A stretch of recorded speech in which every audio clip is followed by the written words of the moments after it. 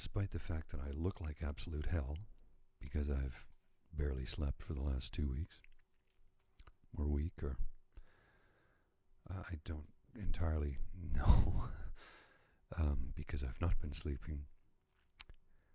It's been a while since I've slept well. Anyway, I'm back again, and I meant to be back sooner, but battling some internal demons with depression, along with trying to handle my daily workload and then the podcasting schedule. So I've been pretty busy, and I.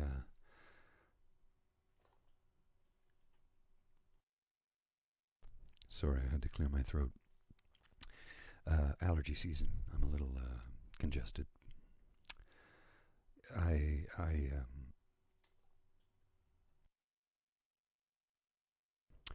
might have to take a Benadryl. My depression had been kicking my butt for the last, I don't know, 2 weeks, 3 weeks. I'm not even entirely sure. Because, like I said, one of the things about it is you lose sense of time. You'll sit down on the couch, think, okay, I'll sit here for 15 minutes, and then look at your watch and go, oh my God, it's an hour. I got to get to work. And okay, here comes the sneeze.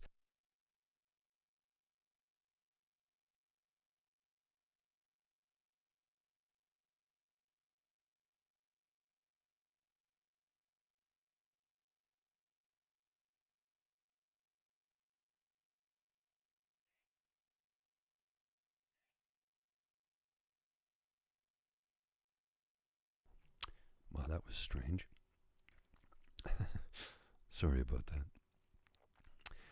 So, as I was trying to explain to you my current state of mind, there's multiple stages and multiple phases to depression. For those of you who are not fully aware of it, or maybe you're experiencing it and don't maybe necessarily know what's happening to you. So you do lose sense of time. Your give a darn gets busted pretty quick. You don't really care about anything because all you really want to do at some point during this episode, or during the episode, or whatever the case may be, you just want to sleep because you're tired, physically exhausted all the time. And every task, no matter how menial and no matter how simplistic, seems not just Herculean but Sisyphean, like you're pushing a rock up a hill for the rest of your life. You know, the alarm goes off, it's like, oh, I gotta get out of bed. Oh, it's so difficult to get out of bed. Okay, one foot on the floor, the other foot on the floor. Okay. I need to use the toilet. But it's so far away. It's 2 meters, but it's so far away. So you do your business, and then you stumble into your kitchen and you make yourself a pot of coffee, or tea, or just water. I don't know, whatever suits your fancy. I like a hot cup of coffee in the morning. Then you stumble into the living room and turn on the telly so you can catch the morning news, pick up your phone and go through the morning's emails that you have to deal with for your workday. Or maybe you sit down in front of your PC or open your laptop. I don't know. I'm speculating, but I'm telling you what goes on with me in times like this. So then you flick on the morning TV news program, hop in the shower, and you're thinking, I should take a shower. I'm like, but it's so much work to take a shower. I just want to lie here on the couch, man. Okay, I gotta take a shower. Oh, it's so much work to turn on the water and then get the soap and wash myself. But if I don't do that, I'm going to smell bad. And I do have to go to work because people are depending upon me. And in the last couple of weeks, I've not been able to take the time off work because literally people have been depending on me. I'm not going to get into the nitty-gritty of it, but it was not possible to take time off work. And it wasn't a life or death situation for me. I need to make that very clear. I was able to handle work. Some days were more stressful than others, but I got through it. But the stage of depression where it's just, like I said, physically exhausting, and every menial task is Herculean. It's just like Sisyphus pushing that rock up the mountain for all of eternity. It just feels like that. Well, I'm public about it. I talk about, this is rosacea. Yeah, this is from the depression and the lack of sleep, and quite frankly, probably too much of this. Who's going to lie? I won't lie. So I've cut way back on that. That's only my second beer tonight. That'll be all that I'll have. You're probably thinking, well, don't have any beer. Well, I didn't for like 2 weeks. But it's time. Anyway, I also like hot, spicy foods, and so it's alcohol, hot, spicy foods, stress, lack of sleep, all part of the depression and anxiety that contributes to this. I'm seeing my doctor tomorrow, so tetracycline, and I'll be good to go in about 5 days. Now, because we're wearing masks at work all day, nobody can tell. So, I guess that's a blessing in disguise in a weird way, right? So, yeah, discussing the exhaustion phase of depression, when it just takes everything out of you.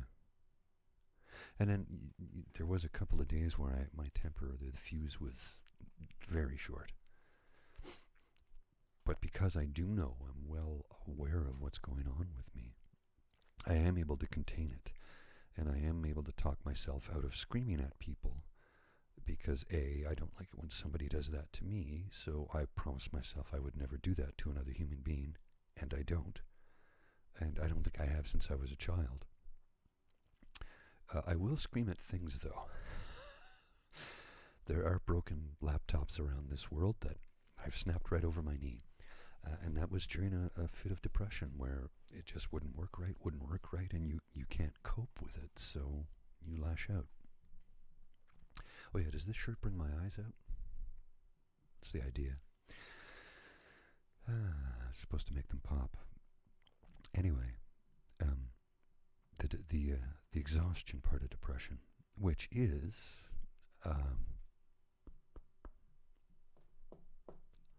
touch wood, thankfully now behind me, or at least I think so, because when I woke up this morning, although I was a little groggy because I didn't sleep well last night, I did not wake up feeling like I'd been in a coma. Not that I actually know what that feels like, but it's a descriptive that most people can sort of relate to a degree. It's like you're just completely exhausted, like a hibernating bear waking up. Not that I'm grumpy in the morning, I'm just not coherent. That's par for the course, but when I woke up this morning, it was like, after about my first cup of coffee, I started to feel good about myself again. I started to feel good about the world again. And I looked at my work schedule for the day and I was like, cool, this is going to be a good day. Long, difficult, but I was happy to do all of it. So that's how I know I've turned the corner and I've put it in the rearview mirror. Doesn't mean I'm not going to change my medication if my doctor tells me to, or increase it, I should say, because I don't think it's need to change. I'm on a very small dosage, so it's possible we may need to increase it, or we might just float for a couple of weeks to see if this most recent bout was a long-term thing or a short-term thing. I'll find out what my doc says tomorrow. Anyway, this is just me trying to bring you some calm and some peace and some understanding and a chance to talk about in a forum where feel free to, please, so many people have sent me wonderful messages, absolutely wonderful messages saying thank you for just talking about it. Hey, it wasn't always easy for me to do. Sorry, nose is beginning to run. Pollen, allergies, wonderful. But I've, over the course of the last, 7 years, I've really learned how to open up about it. When I first tried to talk about it in the 90s, nobody wanted to listen. Now, not only is everybody willing to listen, people are encouraging me to talk about it. Now, there are times when they just go, okay, enough. And I'm like, oh, that's fine, I get it, you know. You don't want me to go on about it all the time. But this channel, this YouTube channel that I've started and is starting to grow, I want to focus on mental health and positive mental health, and how can we help one another out through times of extreme depression and anxiety. So I'm happy to give you whatever advice I can, some of the coping mechanisms that I've learned over the last 41 years, because that's how long I've had this. I went undiagnosed for about 18 or 19, 17 years, I think I went undiagnosed. And I tried medication back in the 90s, but the medication they put me on did not go well. It made me crazy is what it did. And it made me suicidal. Thankfully, I was able to keep my head with the help of some very lovely, caring people. And I'm still here. And I'm happy to still be here. And not to say that I didn't have a lot of tough days from then till now. I did. Which is why, February 2020, I chose to go the route of medication, on the advice of a dear friend who was also a physician. And Jay, thank you, darling. I don't know if I can ever make it up to you. The advice you gave me that February evening at the Lone Star made all the difference in the world. You gave me the strength and the permission to allow myself to be vulnerable enough to ask for the help that I desperately needed. And I knew I needed it, and you recognized that in me, so I'm very grateful. Okay. I could drone on for another 15 minutes or so, but I don't know if anybody really wants to hear that. But by all means, send me some feedback in the comments. If there's anything you want me to read, say, or perhaps give you a guided meditation, something I'm still working on, but I've looked at different meditation scripts online, and I can't find anything that actually fits into my personality. It doesn't fit me. It's like, if I'm going to do this, it needs to be authentic. I won't be fake. I won't be phony. I will never lie. And to say something that isn't words that I would normally say is a lie. It's phony. It's fake, and I won't be any of those things. I will only ever be honest.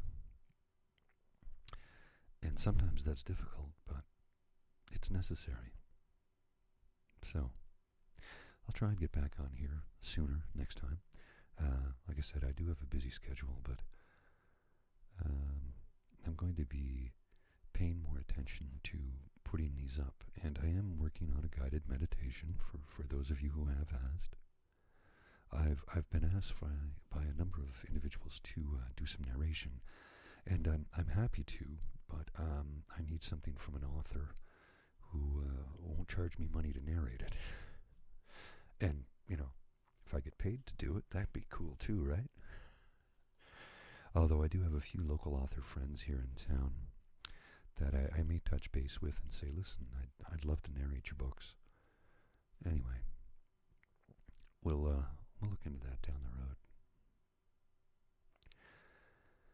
So for this evening, I want you to think about what in your life is good. And I asked that question. I guess it's a question. What in your life is good? I asked that question knowing full well that you may have to search for something. Because in my darkest times, I had to really search for something. But it was the one single thing that I was able to find in my life that was good and positive, that I could hold on to tightly. And that kept me motivated to stick around, right? So in your darkest times, you can find one light, a person, a place, a song, a moment in time. One of the things that brought me through was after coming back from visiting Botswana, Zimbabwe, and South Africa, was realizing that no matter how bad of a day I had, no matter how bad I thought my life was, I still had it better than a few billion people on Earth. A few billion people on Earth don't have it as good as I do. And when I think about it, I have it pretty darn good. You know, I have a modest apartment, but it's mine. I don't own it. It's a rental, but I can afford it. I can afford everything in my home. I earn a living. I'm not rich by any stretch of anyone's imagination. My goodness, I don't even make the middle class.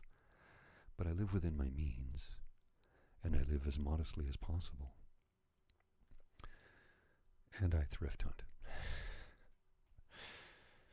Okay, enough about me.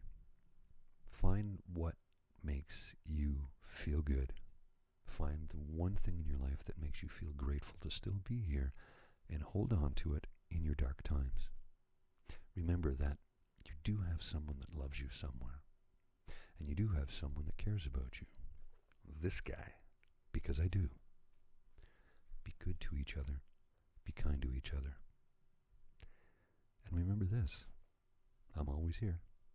Take care.